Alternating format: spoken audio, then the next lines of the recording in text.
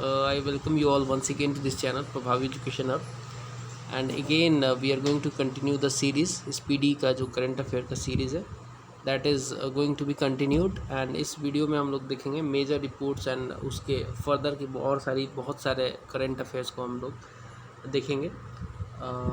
ठीक है, तो अगर आपको ये वीडियोस पसंद आ रही हो तो डेफिनेटली एक लाइक तो बनता ही है और सब्सक्राइब भी कर लेना चैनल को, ताकि ऐसे ही जो मैं करंट के वीडियोस लाता रहूँगा और वो आपको उसका नोटिफिकेशन आपको मिलता रहेगा। चलिए स्टार्ट करते हैं। तो यहाँ पे major reports of government of India हम लोग देख रहे हैं। Major reports of government of India, ठीक है, गवर्नमेंट ऑफ इंडिया की मेजर रिपोर्ट देख रहे हैं। इसमें पहला रिपोर्ट जो है ये है state energy and climate report. State energy climate index ये जारी किया है नीति आयोग ने जारी किया है। टॉप रैंक इसमें किसको आया है? गुजरात को मिला है टॉप रैंक, ठीक है। एनर्जी और क्लाइमेट में टॉप रैंक है यूटी में चंडीगढ़ को, और टॉप रैंक अगर बात करें स्मॉलर स्टेट्स की तो गोवा को मिला है। इसके बाद आता है स्वच्छ सर्वेक्षण। स्वच्छ सर्वेक्षण जो है ये जारी करने वाला है union ministry of housing and urban affairs, इसको जारी करता है स्वच्छ सर्वेक्षण को, ठीक है। Union ministry of housing and urban affairs इसको जारी करता है। फर्स्ट प्लेस किसको मिला है? इंदौर को। इंदौर लगातार जीत रहा है इसको। सेकंड है सूरत गुजरात, यहाँ पे सूरत नहीं लिखा हुआ है, किताब में बहुत सारे मिसप्रिंट हैं तो सूरत गुजरात को सेकंड मिला है यहाँ पे पोजीशन। थर्ड मिला है विजयवाड़ा को, और फर्स्ट है इंदौर, ठीक है। स्वच्छ सर्वेक्षण रिपोर्ट। अगला है पब्लिक अफेयर्स इंडेक्स 2021। इसका इशूअर कौन है? पब्लिक अफेयर सेंटर बेंगलोर इसका इशूअर है। और फर्स्ट इसमें मिला है अमंग द बिग स्टेट, तो केरल को मिला है, ठीक है। और first among the small state Sikkim को मिला है। और यूनियन टेरिटरी की बात करें तो पौंडीचेरी को फर्स्ट स्थान मिला है। अगर बात करें बिहार की तो बिहार का रैंक जो है 17th है, काफ़ी ख़राब परफॉर्मेंस है। अगला देखते हैं लॉजिस्टिक परफॉर्मेंस इंडेक्स, एक रिपोर्ट आई है। इसको किसने इशू किया है? Commerce and industry minister Piyush Goyal ने इसको इशू किया है। फर्स्ट प्लेस पे कौन है? फर्स्ट प्लेस पे है गुजरात। सेकंड प्लेस पे कौन है? हरियाणा। फर्स्ट पे गुजरात, सेकंड पे हरियाणा। रैंक ऑफ बिहार कितना है? तो 19th रैंक है बिहार का। अगर बात करें अगले इंडेक्स की तो अगला इंडेक्स है सस्टेनेबल डेवलपमेंट गोल इंडेक्स 2021, ठीक है। और इसमें जो है इशूअर कौन है इसका? इशूअर है नीति आयोग इसको जारी करता है। फर्स्ट प्लेस किसको मिला है? केरल को। सेकंड हिमाचल प्रदेश को, और थर्ड सेकंड में ज्वाइंट मिला है हिमाचल प्रदेश और तमिलनाडु को। इसमें जो लास्ट पोजीशन है बिहार का है, सेकंड लास्ट जो है वो झारखंड का है, और फर्स्ट अगर यूटी में बात करें तो चंडीगढ़ का इसमें स्कोर है। चंडीगढ़ इसमें फर्स्ट आया है। इंडिया इनोवेशन इंडेक्स जारी करता कौन है? जारी करता फर्स्ट प्लेस किसका है? फर्स्ट प्लेस है कर्नाटक का। सेकंड प्लेस किसका है? महाराष्ट्र का, ठीक है। फर्स्ट प्लेस है कर्नाटक। इनोवेशन सबसे अच्छा कहाँ पे होता है? कर्नाटक में। सेकंड पे महाराष्ट्र। लास्ट में यहाँ पे ये दिल्ली नहीं है, ये बिहार ही है, गलती से ये इसमें छप गया है। और first among the union territories की बात करें तो दिल्ली है, और last among the union territories की बात करें तो लक्षद्वीप है। एनीमिया फ्री इंडेक्स आया है, इंडिया इंडेक्स, ठीक है। इसमें क्या है? इशूअर कौन है इसका? इशूअर है मिनिस्ट्री ऑफ, ठीक है, ministry of health and family welfare issue करता है इसको, ठीक है। Ministry of health and family welfare इसको इशू करता है, और इसके साथ यूनिसेफ भी रहता है इशू करने में। फर्स्ट प्लेस किसको मिला है? मध्य प्रदेश को। सेकंड मिला है उड़ीसा को। थर्ड मिला है हिमाचल को, और बिहार का रैंक है 22वां इसमें। ईज ऑफ लिविंग इंडेक्स आया है 2020 का। इशूअर कौन है? Ministry of housing and urban affairs है। फर्स्ट प्लेस किसको मिला है? फर्स्ट प्लेस मिला है बिग और स्मॉल में अलग अलग मिला है। बिग में बेंगलुरु टॉप किया है ईज ऑफ लिविंग में, और शिमला जो है इसमें स्मॉल सिटीज़ में टॉप किया है। रैंक ऑफ पटना है इसमें 33वां। पटना का रैंक भी अच्छा नहीं है, 33वां है। चलिए अब हम बात करते हैं म्युनिसिपल परफॉर्मेंस इंडेक्स आया है 2020 का। इसका इशूअर कौन है? इसका इशूअर है इशू किया है इसको ministry of housing and urban affairs ने। पहला प्लेस किसको मिला है? इसमें मोर देन 10 लाख पॉपुलेशन में इंदौर को मिला है, और लेस देन 10 लाख में नई दिल्ली को मिला है। Rank of Patna municipality 16 rank है, 16वां रैंक है। पुअर परफॉर्मेंस में एबव 10 लाख में गुवाहाटी है और लेस देन 10 लाख में शिलोंग है।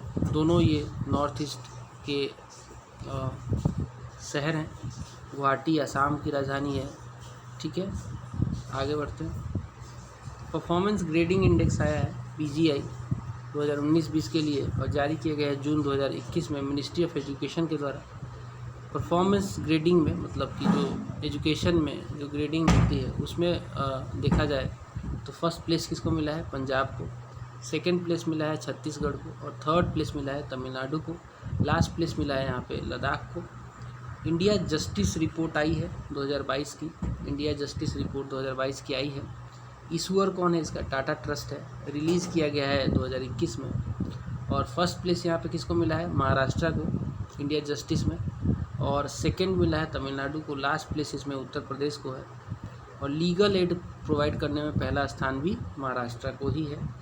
एक्सपोर्ट रेडीनेस इंडेक्स आया है, इसको इशू किया है नीति आयोग ने। फर्स्ट प्लेस है गुजरात का, एक्सपोर्ट में और लॉजिस्टिक में दोनों इसका फर्स्ट है। सेकंड है महाराष्ट्र का और थर्ड है कर्नाटक का। फिर आता है हमारा स्टेट एनर्जी एफिशिएंसी इंडेक्स, इसको इशू किया है मिनिस्ट्री ऑफ पावर ने। फर्स्ट स्टेट जो है एनर्जी एफिशिएंसी में वो है कर्नाटक, सेकंड है राजस्थान और थर्ड है हरियाणा। फिर आया है अपना world ranking 2022 world ranking, issue किसने किया है? इशू किया है टाइम्स हायर एजुकेशन, जिसको THE टाइम्स हायर एजुकेशन बोलते हैं। इंडिया में टॉप में जो है इंडिया के जो है IISc Indian institute of science Bangalore ने इसमें रैंकिंग पाया है। IIT रोपड़ ने भी इसमें रैंकिंग पाया है और IIT इंदौर ने भी इसमें रैंकिंग पाया है। और फर्स्ट अगर बात करें वर्ल्ड में तो ऑक्सफोर्ड यूनिवर्सिटी जो है UK की टॉप की है इस लिस्ट को, इस रैंकिंग को। अब देख लेते हैं थोड़ा सा लीपर्ड सेंसस आया था 2018 का, इसके बारे में देख लेते हैं। इशू किसने किया था? मिनिस्ट्री ऑफ इन्वायरमेंट ने इशू किया था। टोटल नंबर ऑफ लीपर्ड जो है भारत में टाइगर से तो एटलीस्ट बहुत ज़्यादा है, 4 गुना के आसपास है टाइगर से। 12,852 लीपर्ड है। टाइगर पॉपुलेशन जो है ग्रोथ जो है ये सॉरी टाइगर नहीं है लीपर्ड होना चाहिए। लीपर्ड पॉपुलेशन ग्रोथ जो है 2014 से 18 के बीच में 60% का रहा है। और सबसे ज़्यादा जो लीपर्ड पाए जाते हैं वो स्टेट कौन कौन सी हैं? वो है MP में 3421 लीपर्ड अभी है इस सेंसस के हिसाब से और कर्नाटक में दूसरे नंबर पे है और महाराष्ट्र तीसरे नंबर पे है। अगला आता है टाइगर सेंसस 2018 का। टाइगर सेंसस में 2018 के हिसाब से टोटल नंबर ऑफ़ टाइगर्स जो हैं वो 2967 टाइगर हैं। टोटल नंबर ऑफ़ टाइगर्स कितने हैं? 2967 हैं। और टाइगर पॉपुलेशन का ग्रोथ जो है 2014 से 18 के बीच में 33% का रहा है। स्टेट जहाँ पे सबसे ज़्यादा टाइगर हैं MP 526, उसके बाद कर्नाटक, फिर उत्तराखंड। और सबसे ज़्यादा जो एक टाइगर रिजर्व है जहाँ पे सबसे ज़्यादा टाइगर हैं वो है Jim Corbett tiger reserve, 231 tiger है इसमें। और इसके अलावा बिहार में टाइगर्स की बात करें तो 31 है संख्या। ठीक है, ये टाइगर से रिलेटेड था। अब हम देख लेते हैं कुछ रिपोर्ट्स एंड इंडेक्सेस आए हैं 2021-22 के। रिपोर्ट्स एंड इंडेक्सेस 2021-22 के, उसको देख लेते हैं। तो पहला रिपोर्ट इसमें रिपोर्ट और इशू करता और इससे रिलेटेड ये सब देख लेते हैं। ठीक है, डाटा है। पहला रिपोर्ट है इसमें travel and tourism development index एक आया है। Travel and tourism development index, सबसे पहले तो जानिए कि इसको इशू कौन करता है। इसको इशू करता है वर्ल्ड इकोनॉमिक फोरम। ठीक है, और इसमें टोटल कंट्रियाँ कितनी थी? 117 कंट्रियों में रैंकिंग निकाला गया था वर्ल्ड इकोनॉमिक फोरम के द्वारा travel and tourism development index. और फर्स्ट इसमें कौन किया? ट्रैवल एंड टूरिज़्म में किया है जापान ने फर्स्ट। और इंडिया की रैंकिंग जो है 54वीं है, जो कि ख़राब हो गई है 2019 की अपेक्षा में। 19 में 46 नंबर पे थे हम लोग। तो ट्रैवल एंड टूरिज़्म में भारत का रैंक 54वां है। टॉप किया है जापान ने। वर्ल्ड इकोनॉमिक फोरम इसको निकालता है। वर्ल्ड प्रेस फ्रीडम इंडेक्स आया है 2022 वाला। इसके हिसाब से जो इंडिया का रैंक है वो है 150वां, बिगड़ गया है। और पहले 2021 वाला जो था उसमें 142 था, अभी जो है 150 हो गया है। टॉप पे है नॉर्वे। 180 कंट्रियों के बीच में ये इंडेक्स निकाला गया था। और इसको रिपोर्टर्स विदाउट बॉर्डर जो है इसको निकालता है। ठीक है, रिपोर्टर्स विदाउट बॉर्डर के द्वारा ये वर्ल्ड का प्रेस फ्रीडम इंडेक्स, भारत की रैंकिंग 150, टॉप पे नॉर्वे 180 कंट्रियों में, ख़राब हो गया है, पहले 142 था। चलिए वर्ल्ड वेल्थ रिपोर्ट इंडेक्स देखते हैं, इसको किसने निकाला है? नाइट फ्रैंक ने निकाला है। वेल्थ रिपोर्ट, धन का रिपोर्ट है ये, नाइट फ्रैंक ने निकाला है। अमेरिका इसमें टॉप पे है, सबसे ज़्यादा पैसा अमेरिका के पास है। भारत की रैंकिंग जो है तीसरी है, थर्ड है भारत की रैंकिंग वर्ल्ड वेल्थ रिपोर्ट में। वेल्थ रिपोर्ट 2022 में भारत की रैंकिंग तीसरी है, अमेरिका नंबर 1 पे है। इसके बाद आता है global house price index Q1 quarter 1, ये आया है और इसको भी नाइट फ्रैंक ने ही निकाला है, नाइट फ्रैंक ने ही निकाला है। और इसमें जो है 56 कंट्रियों ने पार्टिसिपेट किया था और तुर्की जो है इसमें टॉप पे है। इंडिया की रैंकिंग है इसमें 51 और 2020 में 56 थी, तो इम्प्रूव हुआ इसमें रैंकिंग इंडिया का। ठीक है, कौन सा ये था? ग्लोबल हाउस प्राइस इंडेक्स में। फिर आता है वर्ल्ड हैप्पीनेस रिपोर्ट 2022 का भी आ चुका है, world happiness report Knight Frank ने इसको निकाला है। और इसमें जो है इसमें सॉल्यूशन नेटवर्क ने निकाला है इसको, हैप्पीनेस रिपोर्ट को सॉल्यूशन नेटवर्क ने 146 कंट्रियों के बीच में निकाला गया है। फिनलैंड यहाँ पे टॉप पे है और भारत की रैंकिंग सुधरी है इसमें हैप्पीनेस इंडेक्स में, रिपोर्ट में 136 हो गया है, पहले 139 था, तो इसमें सुधरा है हमारा। ठीक है, ग्लोबल हैप्पीनेस में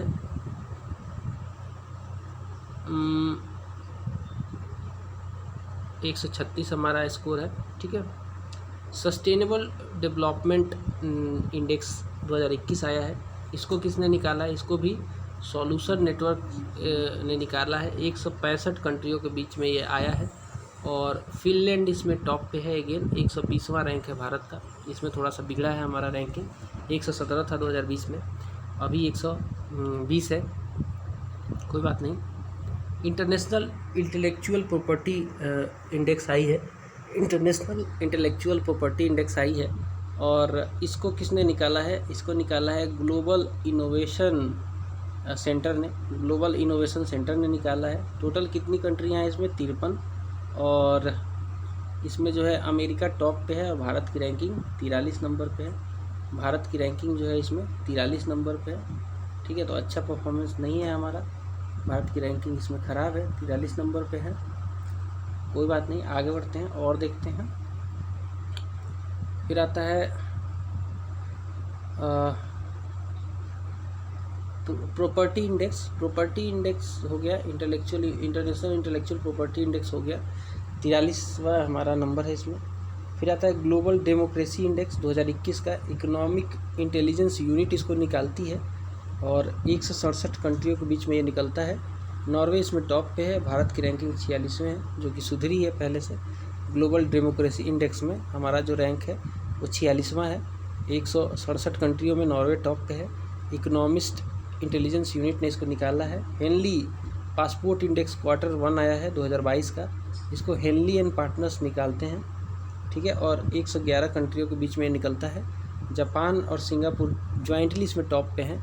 इंडिया की रैंकिंग इसमें 83वीं है, 83 नंबर पे हम लोग। करप्शन परसेप्शन इंडेक्स ये आया है, ये ट्रांसपेरेंसी इंटरनेशनल ने निकाला है, 180 कंट्रियों के बीच में।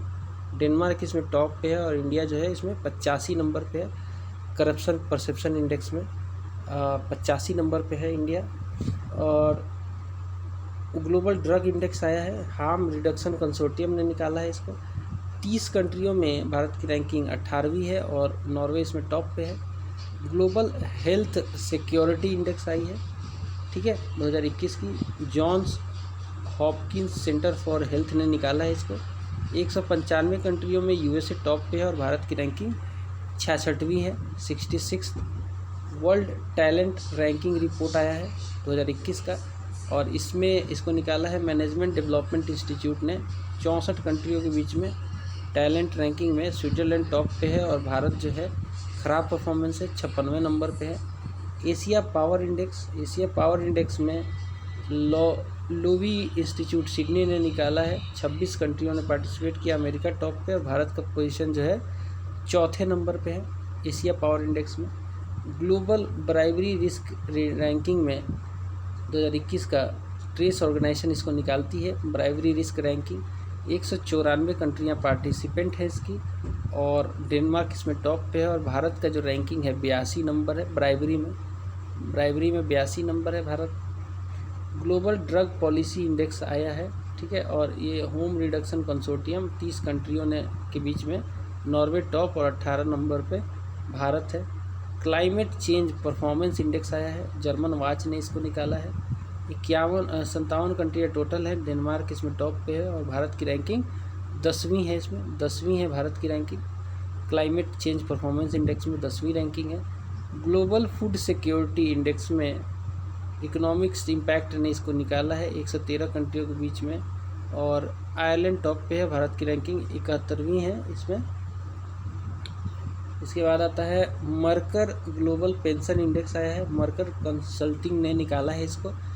43 कंट्रियों के बीच में आइसलैंड टॉप पे है और भारत का खराब प्रदर्शन रहा है, 40 नंबर पे है भारत।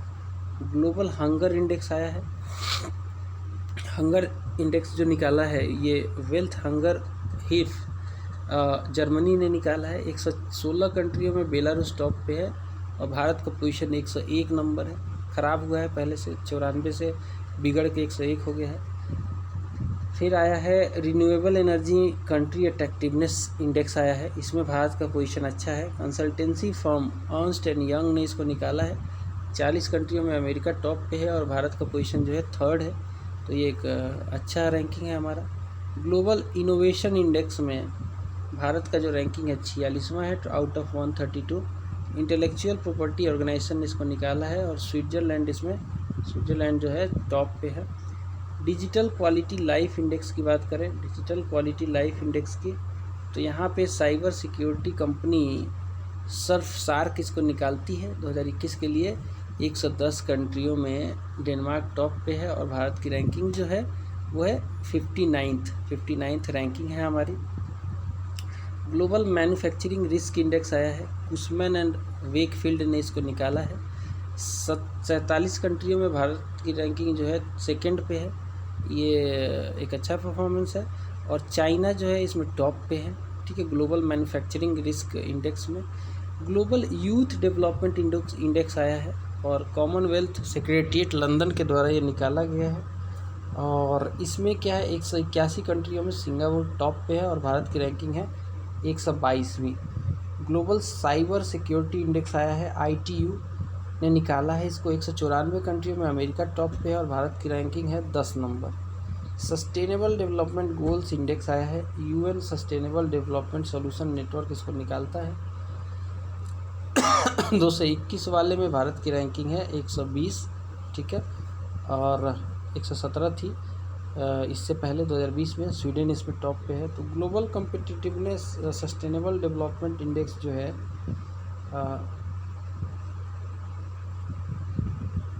इसमें भारत की रैंकिंग 120 है। फिर आगे देखते हैं, ग्लोबल पीस इंडेक्स आया है। ग्लोबल कम्पिटिटिवनेस इंडेक्स पहले देख लेते हैं, इसमें जो भारत की रैंकिंग है 43वीं, 64 कंट्रियों में। स्विट्ज़रलैंड टॉप पे है ग्लोबल कम्पिटिटिवनेस इंडेक्स में।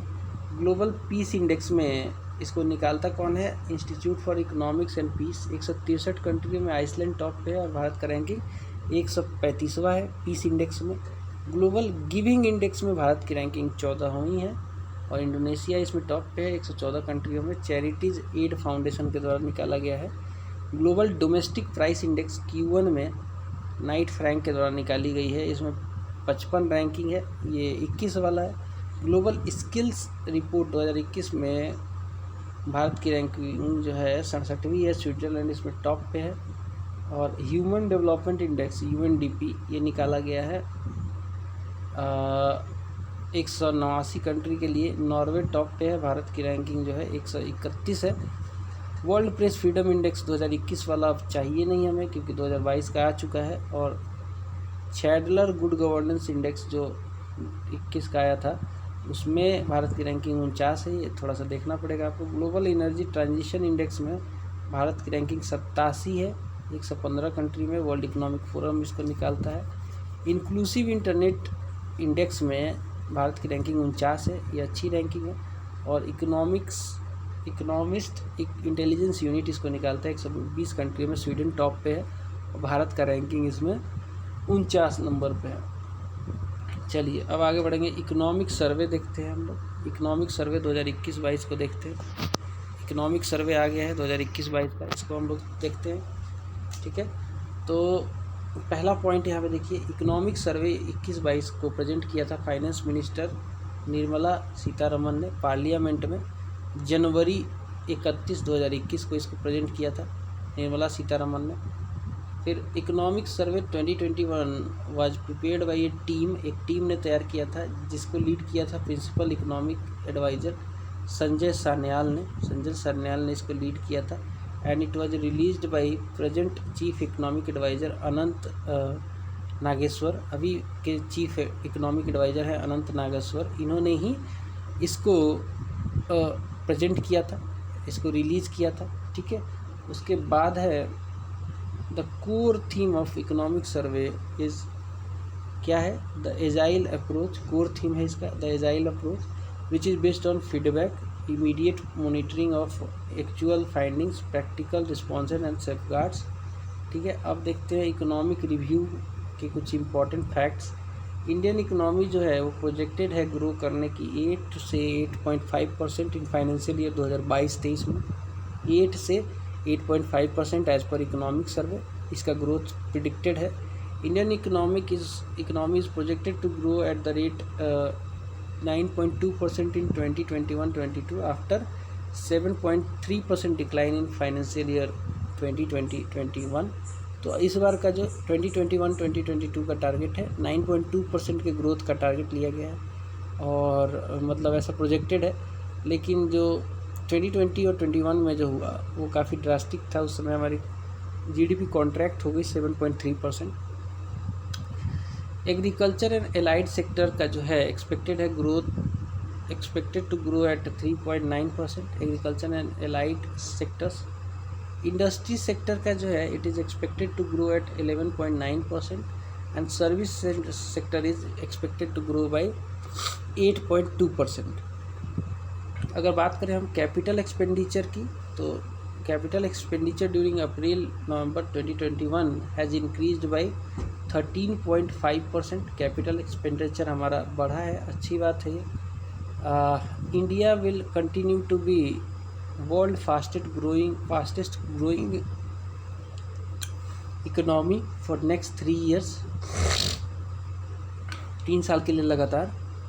There has been an increase of 67.2% in the revenue receipt of the central government during April November 2021। तो एक अच्छी बात है, इंक्रीज़ हुआ है रेवेन्यू में। Gross tax revenue has increase by more than 50% during April November 2021 on a yearly basis. Increase तो हो रहा है हर जगह। Gross capital inflows increased to 65.6 billion in the first half of 2021-2022. The foreign exchange reserve have reached to a level of $633.6 billion as on 31st December 2021. तो इतना हमारे पास foreign exchange है, ठीक है, अच्छी बात है।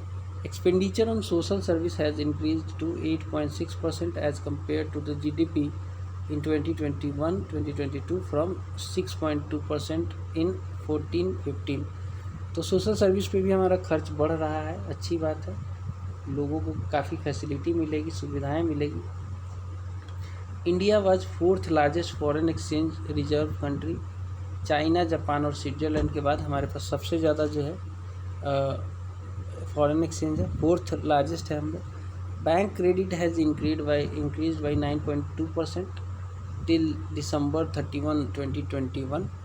89,066 crore was raised through 75 IPC initial public corporation IPO, which is more than any year in the last decade। तो IPO से हमने खूब सारा पैसा रेज किया है। CPIC inflation has come down to 5.2% in 2021-2022, अच्छी बात है ये। Food inflation is at average of 2.9% in 2021-2022.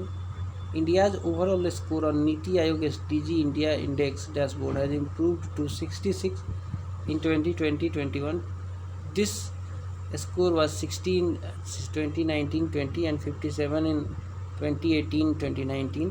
तो ये भी इम्प्रूव हुआ है। SDG का जो इंडेक्स है इंडिया का 66 हो गया है, अच्छी बात है। India is the country with 10th largest forest area in the world. तो हमारे पास जो फॉरेस्ट एरिया है वो 10th लार्जेस्ट है हम लोग, ठीक है। प्लास्टिक वेस्ट मैनेजमेंट रूल जो है नोटिफाई किया गया है, नोटिफाइड इन अगस्त 2021, प्लास्टिक से रिलेटेड, ठीक है, which aims to eliminate single use plastic by 2022। इस साल तक हमें सिंगल यूज़ प्लास्टिक को ख़त्म कर देना है। Prime minister announced ambitious target to be achieved by 2030 to reduce emission at 26th conference of parties. Glasgow में हमने ये अनाउंस किया था, ठीक है। एम्बिशियस टारगेट हम दिया है प्राइम मिनिस्टर ने 2030 का। Total value addition of country increased by 18.8%, thus registering an increase of 3.6% in 2020-21 and 3.9% in 2021-2022. The government further expanded the food security network coverage through schemes such as प्रधानमंत्री गरीब कल्याण योजना, ठीक है, ये तो किया ही है गवर्नमेंट ने। अगर बात करें लाइव स्टॉक सेक्टर की, तो the live stock sector has been growing at CAGR of 8.15% in the last 5 years, ठीक है। 8.15% के हिसाब से ग्रो कर रहा है। The index of industrial production IPP has increase to 17.4% year on year basis, ठीक है, ये भी अच्छी बात है। Railway capital expenditure expand to 1,55,081 crore in 2020-21 and increased to 2,15,058 crore rupees in 2021-2022, which is 5 times higher than the level of 2024। तो capital expenditure पे खर्च होगा तो रेलवे का इंफ्रास्ट्रक्चर बढ़ेगा, अच्छी बात है। In the year 2020-2021 the limit of road construction per day increase to 365 kilometre. In the year 2019-20 it was 20 kilometre per day, तो ये भी अच्छा खासा इंक्रीज़ हुआ है। Thus an increase of 30.4% has been registered in comparison to the previous year, तो अच्छी बात है। इसके अलावा देखें तो the service sector received at over 16.4 billion foreign direct investment FDI during the first half of the year 2021-2022, which is about 54% of the total FDI inflow into India। तो FDI बढ़ा है। India has become third largest startup ecosystem in the world after US and China। ये बहुत important point है, इससे सवाल बनेगा। India has become third largest startup ecosystem in world after US and China। 44 Indian startups achieved unicorn status in 2021। Unicorn कंपनियाँ ऐसी कंपनियाँ होती हैं जो कि उनका जो है करोड़ों में, उनका जो है बिलियन बन जाती है, बिलियनियर बन जाती हैं वो, ठीक है। Talking the number of unicorn startup 83 हैं टोटल भारत में। Till January 16, 2020 157.94 crore doses of COVID vaccination have been given, अच्छी बात है। This includes 91.39 crore first dose and 66.05 crore second dose. The total fertility rate has come down to 2, ठीक है, और ये पहले कितना था, 2.2 था 2015-16 में। फर्टिलिटी रेट अभी कितना हो गया, 2 हो गया 2019 से 21 के बीच में। There has been decrease in mortality rate of infants under 5 year of age, ये भी एक अच्छा सूचक है। GST collection remains above 1 lakh crore rupees since July 2021, ये भी एक अच्छा कदम है। Corporate tax collection have been seen an increase of 90% during April-November 2021. The net profit of public sector banks PSBs has increased from rupees 14,688 in 2020-21 to 31,144 crore in 2021-2022, तो इसमें भी increase है। Consumer inflation in December 2021 was 5.6%, and under the Jal Jeevan Mission, 83 districts have become Har Ghar Jal district। 83 district out of 650 के आसपास जो district है उसमें से 83 को जो है जल जीवन मिशन के तहत इसमें हर घर जल डिस्ट्रिक्ट ये बन गई हैं, मतलब हर घर में यहाँ पे नल का जल मिल रहा हो। चलिए अब हम देखेंगे general budget, central general budget 2022-23 budget देखेंगे 2022-23 का। ठीक है, पॉइंट है यहाँ पे, union finance minister Nirmala Sitharaman ने इसको 4th टाइम पेश किया था। पेपरलेस बजट था ये भी 4th टाइम, और यूनियन बजट 2022-23 पार्लियामेंट में 1 फरवरी 2022 को पेश किया गया। टोटल बजट साइज कितना था? टोटल बजट साइज जो था 39.45 लाख करोड़ था, 39.45 लाख करोड़ था। This budget emphasizes on development of 4 priorities दी गई है, 4 प्रायोरिटी दी गई हैं इसमें for the next 25 years entering Amrit Kaal of India at the rate 100। ठीक है, तो 25 ईयर्स के लिए प्रायोरिटीज़ क्या क्या दी गई हैं? 4 प्रायोरिटी दी गई हैं। पीएम गति शक्ति को, पीएम गति शक्ति इंफ्रास्ट्रक्चर से रिलेटेड है, इंफ्रास्ट्रक्चर बिल्डिंग से, और इंक्लूसिव डेवलपमेंट दूसरा है। तीसरा है productivity enhancement and investment, sunrise opportunities, energy transition और क्लाइमेट एक्शन। चौथा है फाइनेंसिंग ऑफ इन्वेस्टमेंट। तो 4 प्रायोरिटी है, पीएम गति शक्ति, inclusive development, productivity enhancement and investment, sunrise opportunities, energy transition और क्लाइमेट एक्शन, और चौथा है फाइनेंसिंग ऑफ इन्वेस्टमेंट। ये 4 प्रायोरिटी पे काम करेंगे। फिजिकल मैनेजमेंट देख लेते हैं, डाटा कुछ इसका। बजट एस्टीमेट रहा है 2021-22 का 34.83%, और इस बार का कितना है 39.45% लाख करोड़। रिवाइज्ड एस्टीमेट 2021-22 का 37.70 लाख करोड़ हो गया था, और टोटल एस्टिमेटेड एक्सपेंडिचर जो है 2022-23 का वो है 39.45 lakh crore. Total receipt other than borrowing जो है ये एस्टिमेटेड है 22.84 लाख करोड़ का, और इफ़ेक्टिव अगर कैपिटल एक्सपेंडिचर की बात करें तो ये रहेगा 10.68 लाख करोड़, 4.1% हो जाएगा ये जीडीपी का। रेवेन्यू डिफिसिट कितना रहा है इस बार? तो रेवेन्यू डिफिसिट रहा है 9.90 लाख करोड़, जो कि है 3.8% ऑफ जीडीपी। 3.8% ऑफ जीडीपी रहा है ये। रेवेन्यू डिफिसिट की बात करें तो 3.8% ऑफ जीडीपी। फिजिकल डिफिसिट कितना रहा है? 6.4% रहा है। फिजिकल डिफिसिट कितना रहा है? 16.61 लाख करोड़, यानी कि 6.4% रहा है फिजिकल डिफिसिट। रेवेन्यू डिफिसिट कितना रहा है? 3.8%। फिजिकल डिफिसिट कितना रहा है? 6.4%। प्राइमरी डिफिसिट कितना रहा है? 2.8%।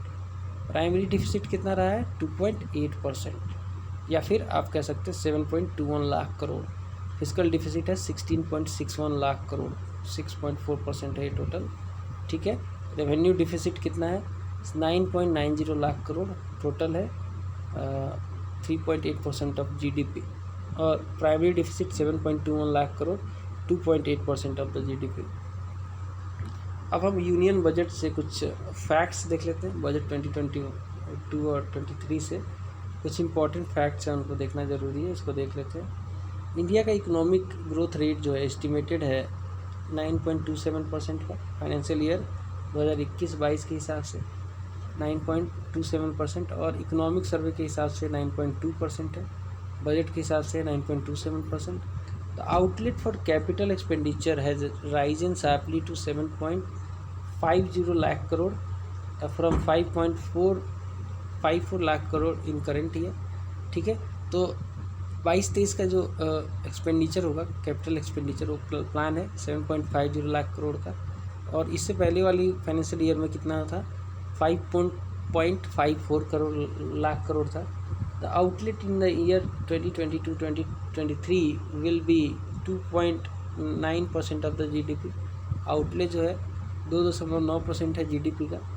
There has been no change in income tax slab, कोई चेंज नहीं है उसके रेट में, उसके स्लैब में कोई चेंज नहीं है। The tax deduction limit for central and state government employees will be increased from 10 to 14%। ठीक है, 10 to 14% कर दिया जाएगा।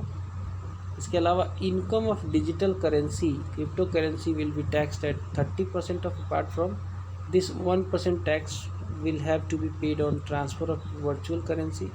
तो 30% तो लगेगा ही क्रिप्टो करेंसी पे, और इसके अलावा भी 1% टैक्स लगेगा अगर आप ट्रांसफ़र करते हैं वर्चुअल करेंसी का। Income from long term capital gains जो होगा वो 15% होगा, LTCG बोलते हैं इसको। लॉन्ग टर्म कैपिटल गेंस पे जो टैक्स लगेगा वो लगेगा 15%, इनकम जो भी होगा उसका 15%। Corporate surcharge has been reduce from 12% से 7%। कॉरपोरेट सरचार्ज को 12% से 7% कर दिया गया है। Surcharge on unlisted shares have been reduce from 28% to 23%, ये एक अच्छी बात है।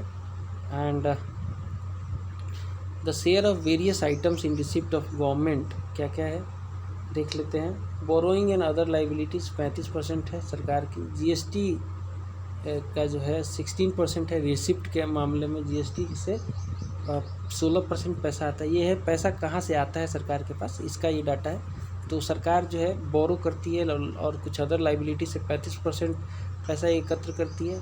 GST से कलेक्शन आता है 16% का, और इसके अलावा जो है कॉरपोरेट टैक्स से आता है फिर 15%, इनकम टैक्स से आता है 15%, सेंट्रल एक्साइज ड्यूटी से आता है 7%, नॉन टैक्स रेवेन्यू 5%, कस्टम्स से आता है 5%, और नॉन डेबिट कैपिटल रिसिप्ट से आता है 2%। गवर्नमेंट का खर्चा कहाँ क्या पे है, अब भैया बोरो करेगी तो इंटरेस्ट देना पड़ेगा, तो 20% तो इंटरेस्ट में ही चला जाता है। State share in taxes and duties 17% है, और सेंट्रल सेक्टर स्कीम पे 15% खर्चा हो जाता है। फाइनेंस कमीशन और अदर ट्रांसफ़र में 10% चला जाता है। सेंट्रली स्पॉन्सर्ड स्कीम में 9% चला जाता है। डिफेंस पे 8% चला जाता है। सब्सिडी पे 8% चला जाता है। पेंशन पे 4% चला जाता है, और अदर एक्सपेंसेस पे 9% चला जाता है। अदर एक्सपेंसेस पे भी 9% चला जाता है। अब देखिए, under the production linked incentive scheme in 14 sectors 60 lakh new jobs will be created. ठीक है, अब जो ये PLI स्कीम है, प्रोडक्शन लिंक्ड इंसेंटिव स्कीम है, ये 14 सेक्टर में है, और इसकी वजह से 60 लाख नए जॉब क्रिएट किए जाएंगे। डिजिटल रुपी को इशू करेगा RBI। डिजिटल रुपी जो है क्रिप्टो करेंसी के जैसा ही डिजिटल रुपी जो है RBI इशू करेगा। Taxes on electronics will be exempted. तो इलेक्ट्रॉनिक आइटम खरीदिएगा आप तो इलेक्ट्रॉनिक को प्रमोट करने के लिए किया जा रहा है, टैक्स नहीं लगेगा। At the same time the custom duty on gems and jewellery has been reduced to 5%। Custom duty gems and jewellery पे भी 5% कम कर दिया गया है। 5 river linking projects for different states earmark किया गया है, जैसे कि दमन गंगा पिंजल, पर तापी नर्मदा, गोदावरी कृष्णा, गोदावरी पन्नार और पेन्नार कावेरी। ठीक है, ये 5 जो है रिवर लिंकिंग प्रोजेक्ट को जो है डिफरेंट स्टेट के लिए ये प्लान किया गया है। ठीक है, और 1400 करोड़ रुपये has been allocated for Ken Betwa link. Ken Betwa link जो है उसके लिए ये उत्तर प्रदेश और MP के बीच में केन बेतवा लिंक, केन नदी और बेतवा नदी को जोड़ी जाएगी। This will provide irrigation facility to 9.08 lakh hectare of land. इसके अलावा a new scheme named prime minister development initiative for north east region, इसको PM डिवाइन कहते हैं। ठीक है, नॉर्थ ईस्ट रीजन के लिए, और will be brought through the north east council. Gati Shakti master plan will be prepare to create world class infrastructure. ठीक बात है। In 2022-2023 multi model logistic parks will be started in PPP model. PPP model क्या होता है? Public private partnership model होता है। 4 location में इसको बनाया जाएगा। Multi model logistic park 4 location में बनाया जाएगा 2022-23 में PPP मॉडल पे। इसके अलावा 100 PM गति शक्ति कार्गो टर्मिनल्स बनाए जाएंगे for multi model logistic facilities के लिए।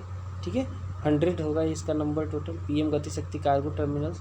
इसके अलावा नेशनल रोपवे डेवलपमेंट प्रोग्राम के तहत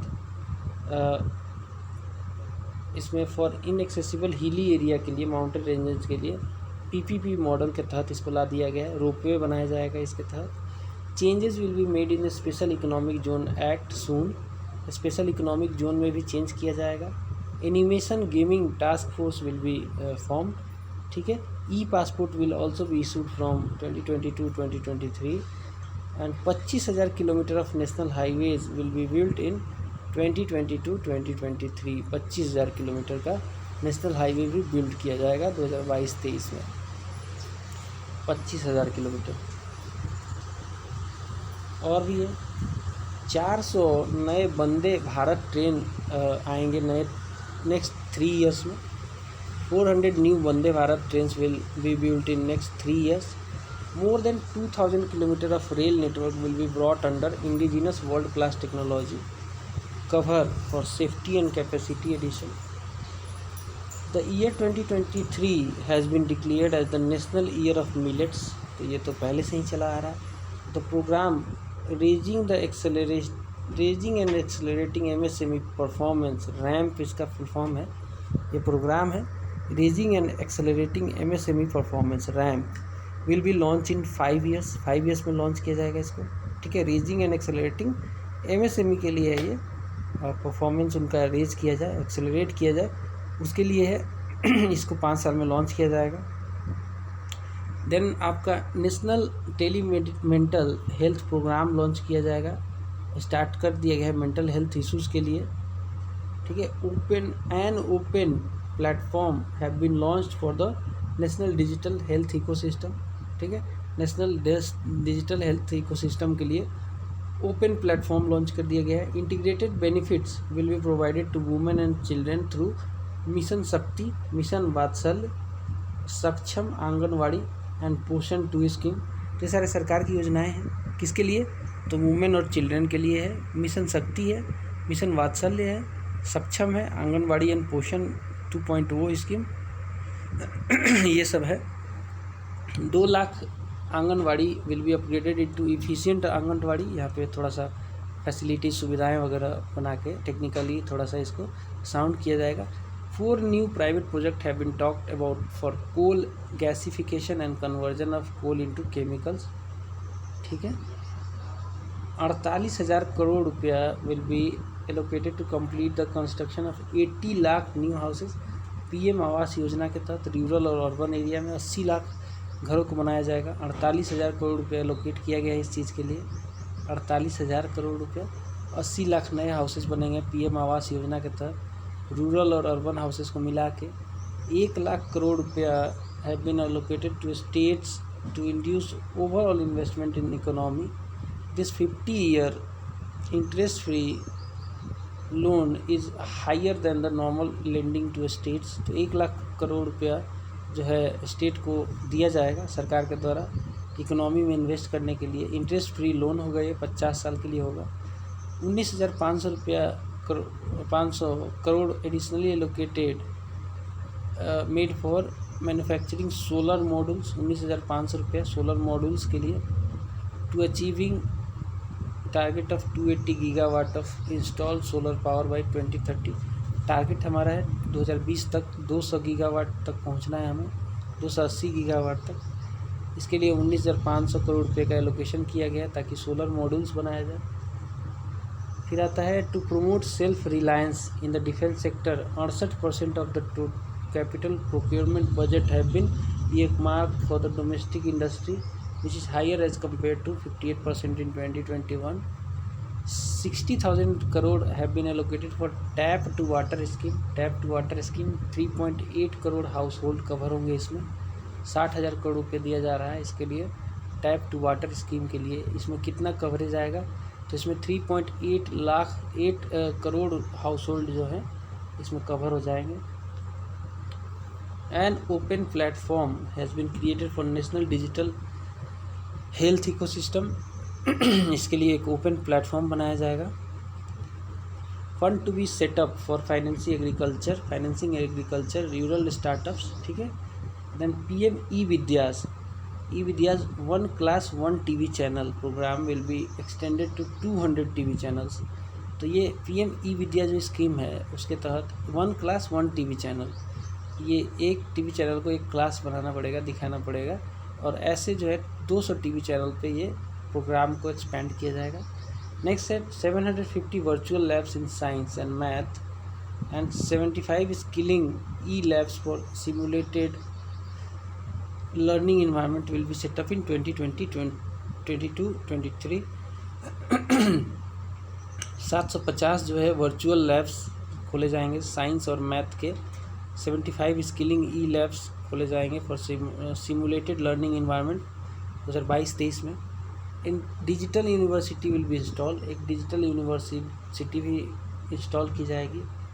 for the purchase of wheat and paddy 1.63 crore farmers will be made direct payment of MSP। और ये जो टोटल खर्च आएगा इस पर 2.37 लाख करोड़ है, जो कि बिहार का बजट इतना ही है। Chemical free natural farming will be promoted in India. Initially, the focus will be on land of the farmers having a corridor up to a width of 5 kilometer adjacent to the river Ganga।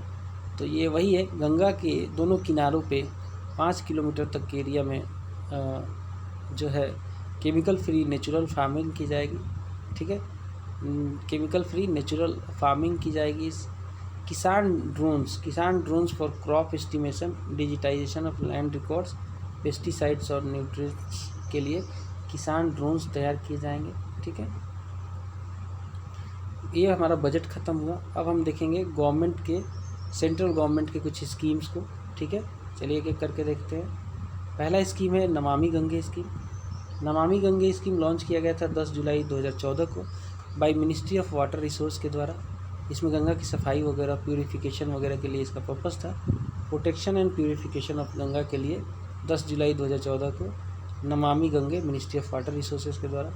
Then प्रधानमंत्री जनधन योजना अगस्त 28, 2014 को launch किया गया था by ministry of finance के द्वारा। ये launch किया गया था। पर्पस क्या था? At least 1 bank account in all house hold, मतलब हर घर में एक एटलीस्ट एक बैंक अकाउंट हो। 38.18 लाख अकाउंट्स अभी तक खुल चुके हैं फरवरी 26, 2020 तक। बेनिफिट क्या है इसका? अगर आप ये अकाउंट खुलवाते हैं, अगर आपका एक्सीडेंट हो जाता है तो आप इंश्योर है 2 लाख रुपए के लिए, और लाइफ इंश्योरेंस है आपका 30,000 का। ठीक है, उल्टा हो गया सर, एक्सीडेंट इंश्योरेंस है 30,000 का और लाइफ इंश्योरेंस है 2 लाख का। ये बेनिफिट आपका प्रधानमंत्री जनधन योजना का। फिर आता है make in India. Make in India की शुरुआत भी 2014 में ही हुई थी, 25 सितंबर 2014 को। पर्पस क्या था? Promotion of manufacturing in country. हमारे कंट्री में खुद आके लोग प्रमोट करें मैन्युफैक्चरिंग को। ठीक है, यही इसका पर्पस है। देन आया था संसद आदर्श ग्राम योजना। ये लॉन्च किया गया था 11 अक्टूबर 2014 को।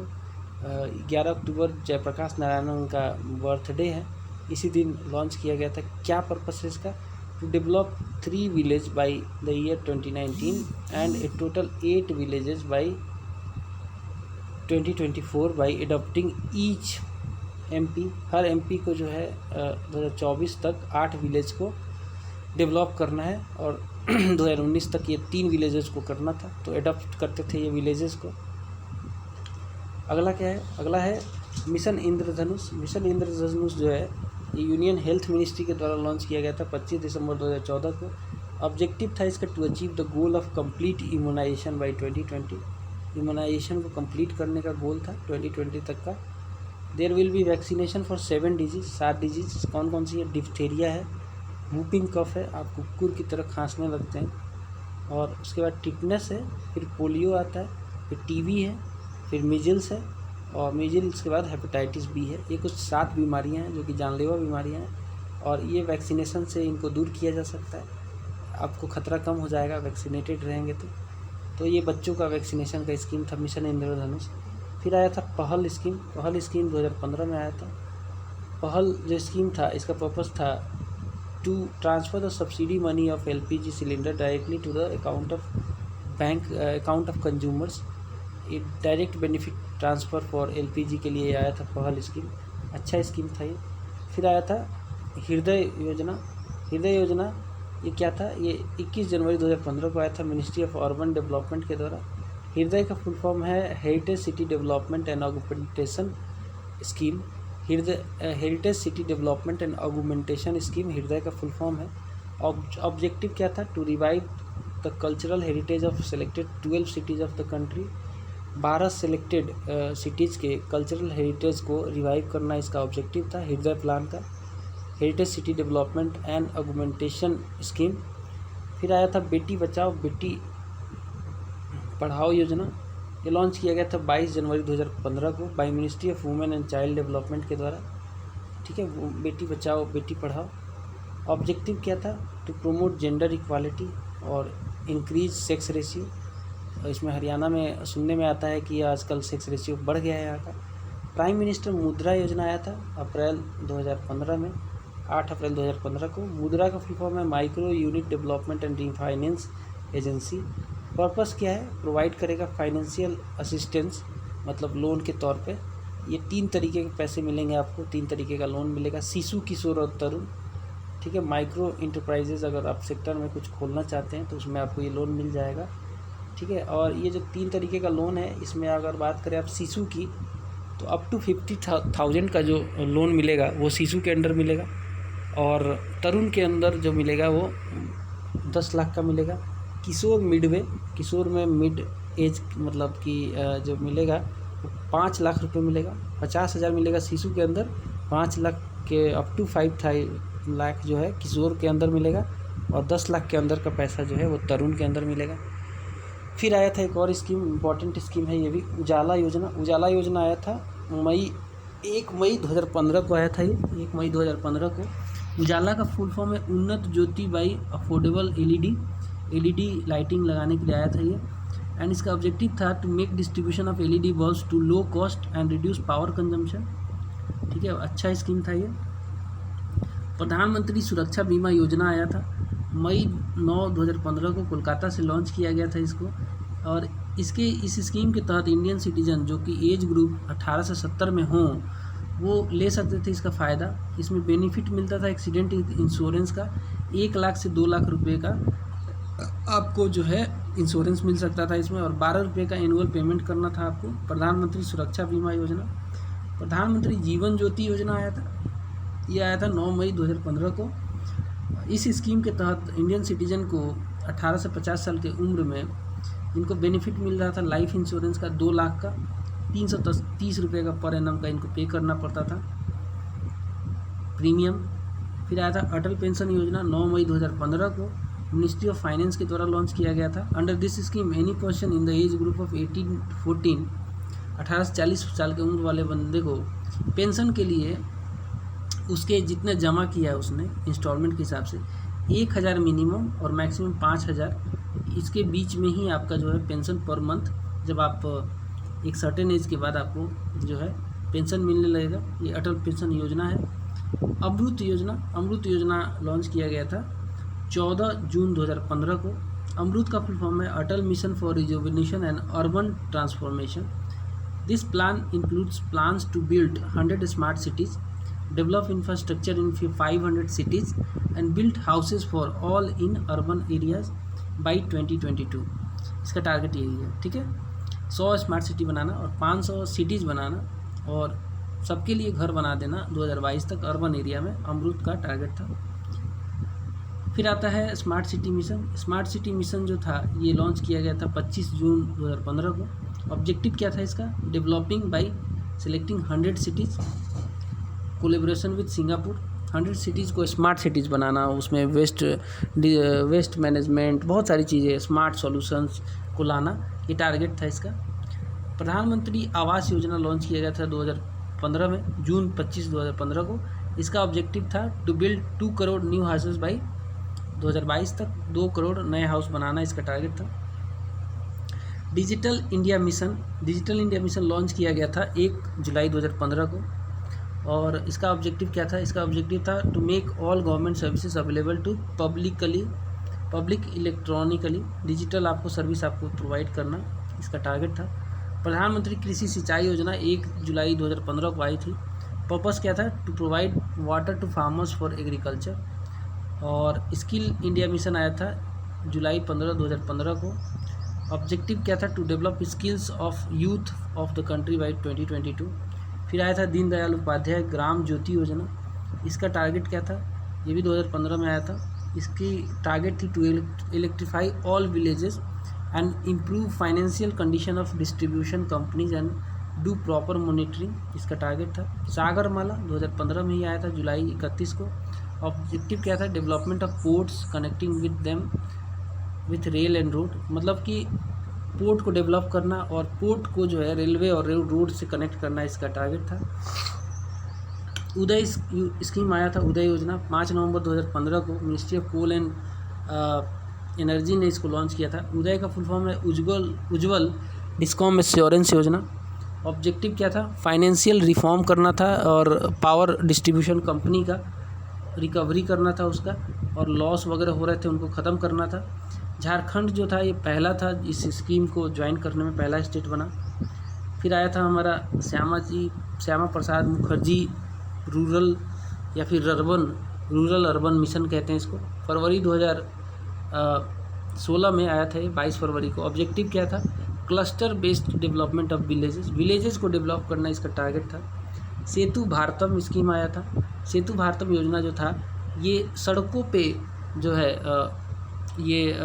ब्रिज वगैरह बनाना, ओवर अंडर ब्रिज बनाना, ताकि जो है नेशनल हाईवे फ्री हो जाए रेलवे क्रॉसिंग से, इसका टारगेट यही था। ये 2016 में लॉन्च किया गया था ministry of road and transport के द्वारा। स्टैंड अप इंडिया आया था, लॉन्च किया गया था 5 अप्रैल 2016 को, और मिनिस्ट्री ऑफ फाइनेंस ने इसको लॉन्च किया था। इसका पर्पस क्या था, इसका